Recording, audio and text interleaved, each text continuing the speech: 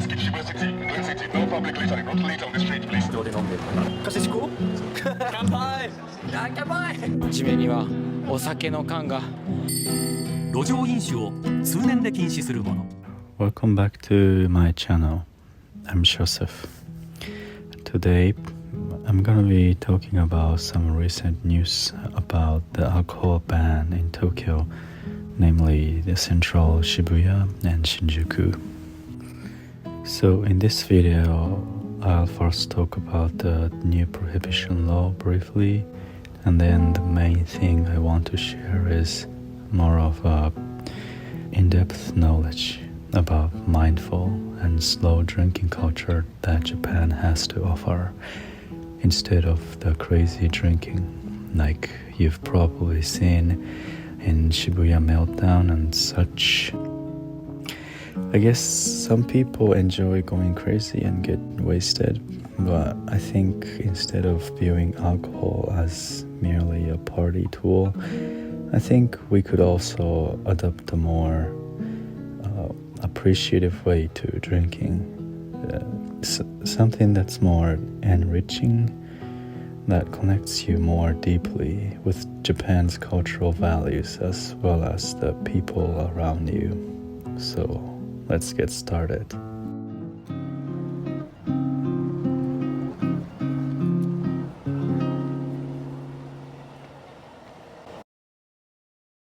So, a little background to the news.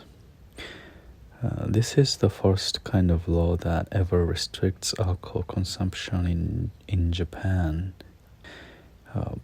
As you may know, Japan has a pretty wild side when it comes to alcohol, like you have probably seen on social media, which is getting a lot of attention.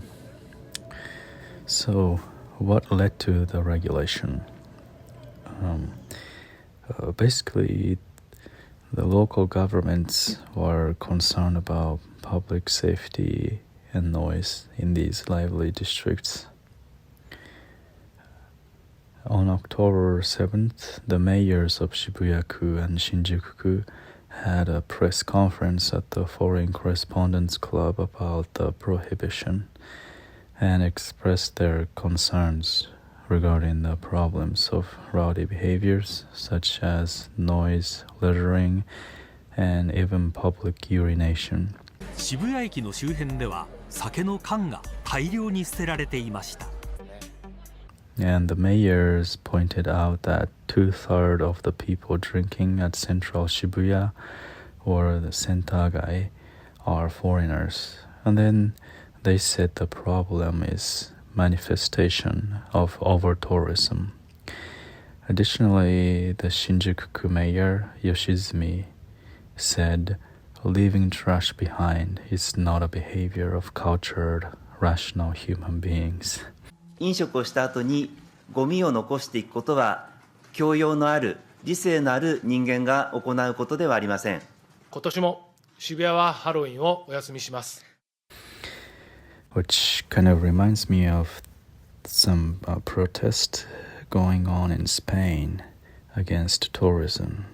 So, in a sense, over-tourism seems like a global issue right now. Anyways, behind this prohibition in Tokyo, there's also the concern for Halloween, where tons of people gather around. And now that Shibuya is kind of closed for the Halloween event, some people may go to Shinjuku instead. So that's also part of the reason why these two districts implemented the law to prepare for the overcrowd. And you know, in 2022, there was a horrible accident in South Korea where 159 people died due to overcrowding during Halloween, if you remember. So the Japanese government is worried that it might happen in Tokyo with all the crowds and narrow roads. Now, I don't really go to Shibuya or Shinjuku that often, so I don't know how fair it is to blame foreigners in the areas so much. I mean, of course, whenever I visit there, I see an increasing numbers of tourists in the area, more than I've ever seen, honestly. But I think it's true that Japan's wild side with alcohol is getting a lot of attention from foreigners on social media. So I feel like there is some kind of miscommunication between Japan's local culture and how foreigners perceive it. Because what you see about the drunk people sleeping on streets in Japan, that's not normal. Let me clarify that. Like, I don't really know how to explain it well, but let's be honest. It's not something to be proud of, is it? Just getting drunk and sleeping on street. I don't think it's not really good in any part of the world, I think.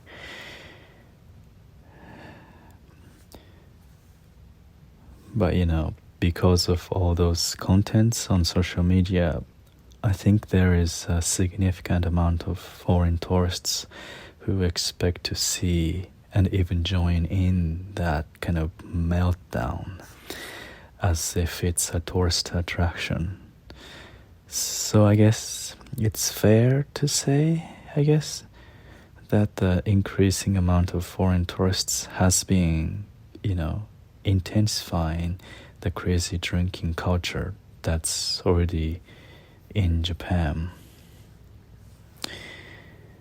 And both local people and tourists interact with each other, making what was already bad even worse in some cases, such as tourists see some Japanese people leaving trash behind or urinating in a Times parking lot. So we could interpret that the regulation is a reminder that personal enjoyment should never come at the expense of others, because someone has to pick up all the trash and clean all the crap, right? So otherwise the clean Japan cannot be maintained. 産卵の問題とかのいろんな迷惑行為、その近隣の店舗や来街者の方が非常に迷惑を被って不快な思いされているという。センター街の組合がゴミの処理などで年間に負担する金額は400万円から500万円に上るといいます。For example, I used to work at McDonald's before in a big city, and there were many izakaya around, as well as a lot of drunk people at night. And I go to my shift in the morning next day, and there was a bunch of empty bottles and cans scattered around on the street. And there were these old people from the local area. They had to clean the street, and it just made me feel, unfair. Some drunk people think that the street cleans up by itself, but that's not true. Someone is taking care of the crap they left behind, otherwise the street will be filled with trash. So I don't think the alcohol ban in Tokyo is just about alcohol. It's also about making people more aware about respect and responsibility in the shared space, I think. On the other hand, I can also understand why many tourists may feel so liberated to drink in public in Japan, especially those from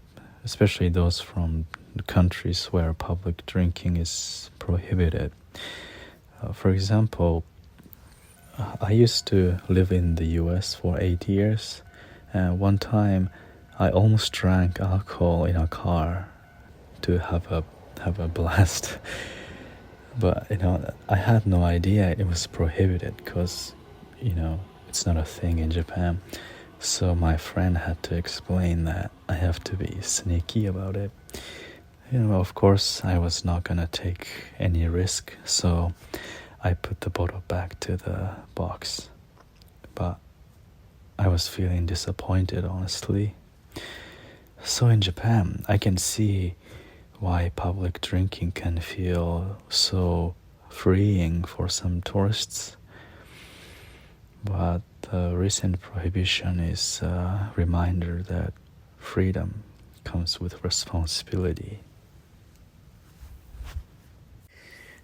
In any case, getting wasted on the street is not the only way to enjoy alcohol. This whole news about the new prohibition in Tokyo made me think about more of a deeper and culturally rich way of drinking, which is what I really wanted to talk about in this video. So let me share some ways to embrace a more traditional and thoughtful form of drinking that encourages us to appreciate alcohol as part of the entire culinary experience, which helps you understand and experience Japan even more deeply and closely. For example, you have probably heard of the concepts of wabi and sabi, which I think exemplify Japan's rich culture of balance and harmony. And I think this extends to the drinking culture as well. You see, rather than just focusing on the act of getting drunk, alcohol in Japan is about savoring flavors, slowing down, and reflecting on life. It's about being in the moment, not losing yourself to it. And if you look at the language, it shows the close relationship between Japanese culture and alcohol as well, because there is a lot of rich vocabulary related to sake in Japanese. So let me share one of the greatest songs where you can learn different words about sake. Are you ready for my singing?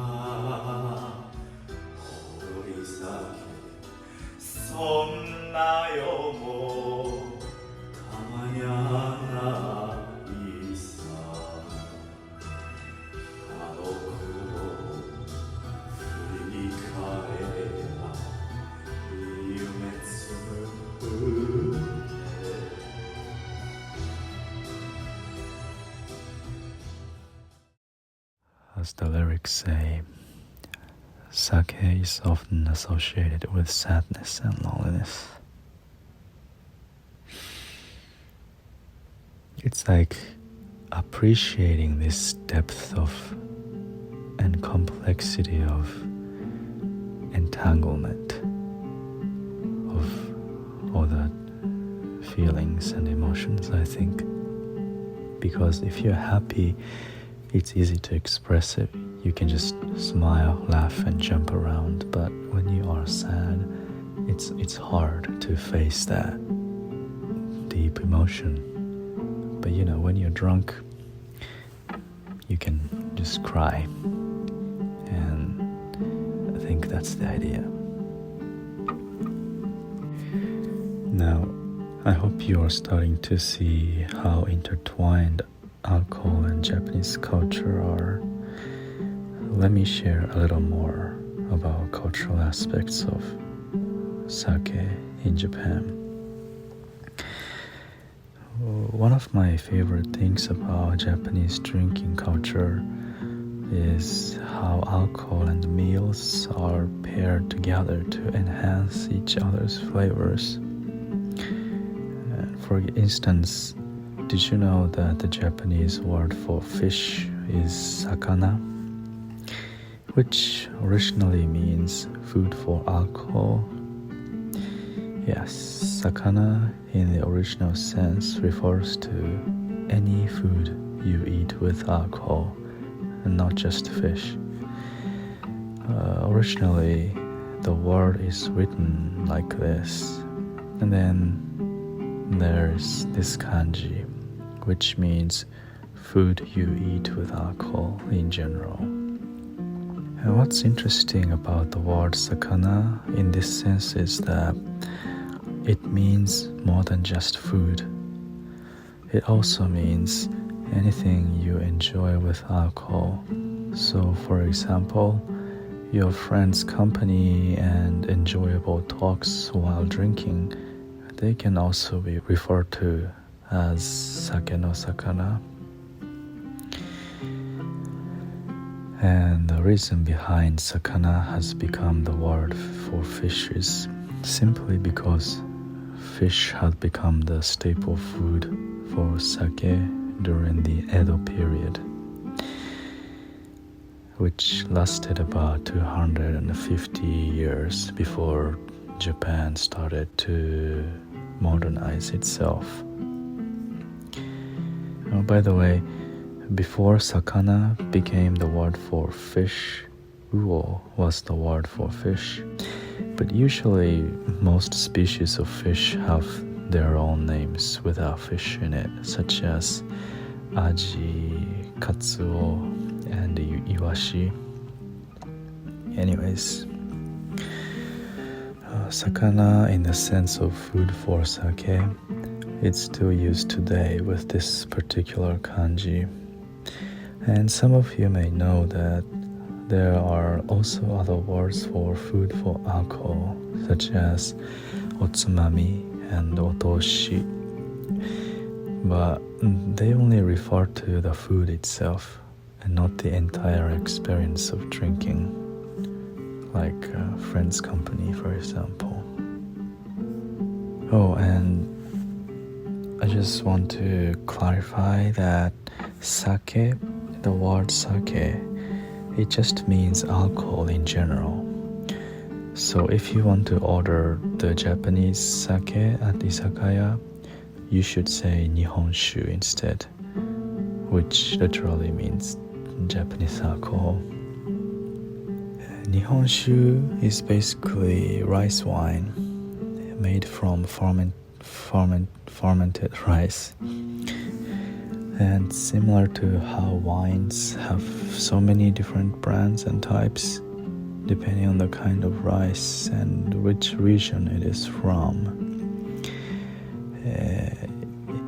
I can't really give you a comprehensive lecture on Nihonshu right here because it's too much to cover. So today, let me just touch upon only the tips of the entire Nihonshu universe.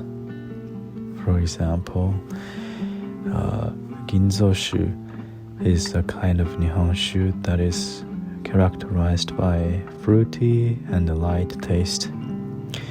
And Junmaishu is characterized by its full-bodied taste of rice itself. And the difference comes from how refined the rice is. So, rice originally comes with a brown shell, and depending on how much shell they get rid of, the flavor and texture of Nihonshu change. Let me share some of my favorite sake brands. This is Jumangame from Kamogawa, Chiba Prefecture, and Nikko Homare from Nikko, Tochigi Prefecture, which I couldn't find at my local store. And I'm from Chiba, and my grandpa is from Tochigi, so there's little local connections here. Let me open this because I've been waiting for this for a while. I also like nigorizake, also called doburoku, which is unfiltered Nihonshu. So you can see this white cloudy thing, which is the residue of rice. And you know the Korean drink makgeolli? It's kind of like that, but this one's stronger, less sweet, and personally just better. But of course, I am biased. But speaking of, have you noticed different kinds of alcohol have different effects on you?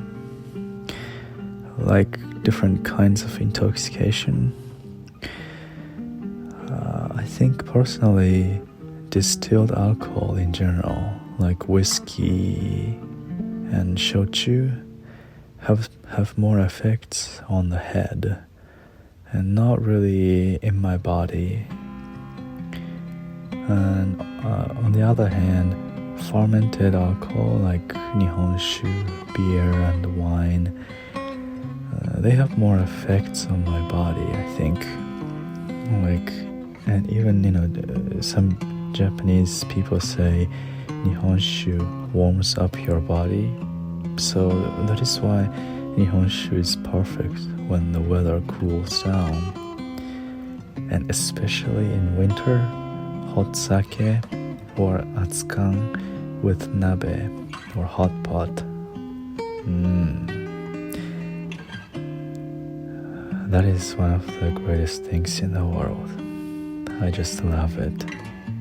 The entire experience of preparing the pot, cooking, and talking with family and friends, and have some drinks. It literally warms up your body and soul.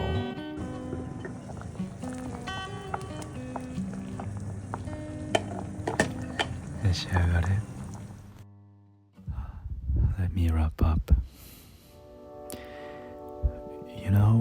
I enjoy drinking with friends, and I've been out on the streets having a good time with drinking.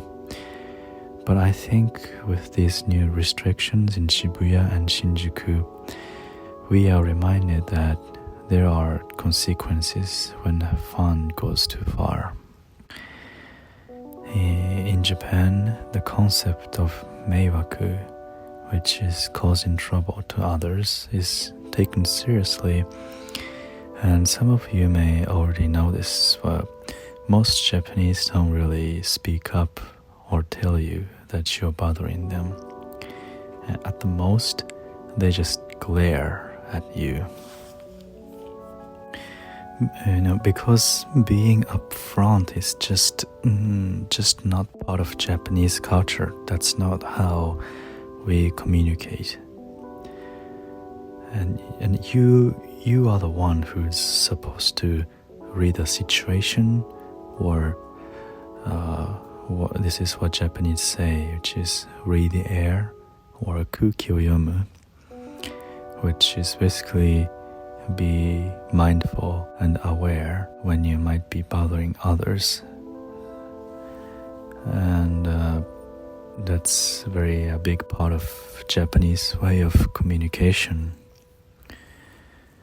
So don't go too far just because no one around you say anything to you in Japan. I guess some might argue that public drinking and going crazy is part of their cultural experience, which is, I guess, it's also true. But let's be honest. Again, getting wasted isn't a healthy or admirable aspect of any culture, is it? And also there's a Japanese saying which is 酒は飲んでも飲まれるな, or you can consume alcohol but don't be consumed by it. So instead of chugging, I would say it's also nice to just slow down and appreciate each little sip out of ochoko and connect with the people around you in a meaningful way. I believe that's what is truly worth celebrating. You know, there's a reason why this cup is so small. It's not a shot glass, but it's to have small sips like chibiri, which is the onomatopoeia to express the small sips with deep appreciation of each sip. In fact, the word of ochoko comes from chotto, or maybe chokotto, which mean little or small amount. So, let us connect with friends and families as well as our deeper selves. Kanpai.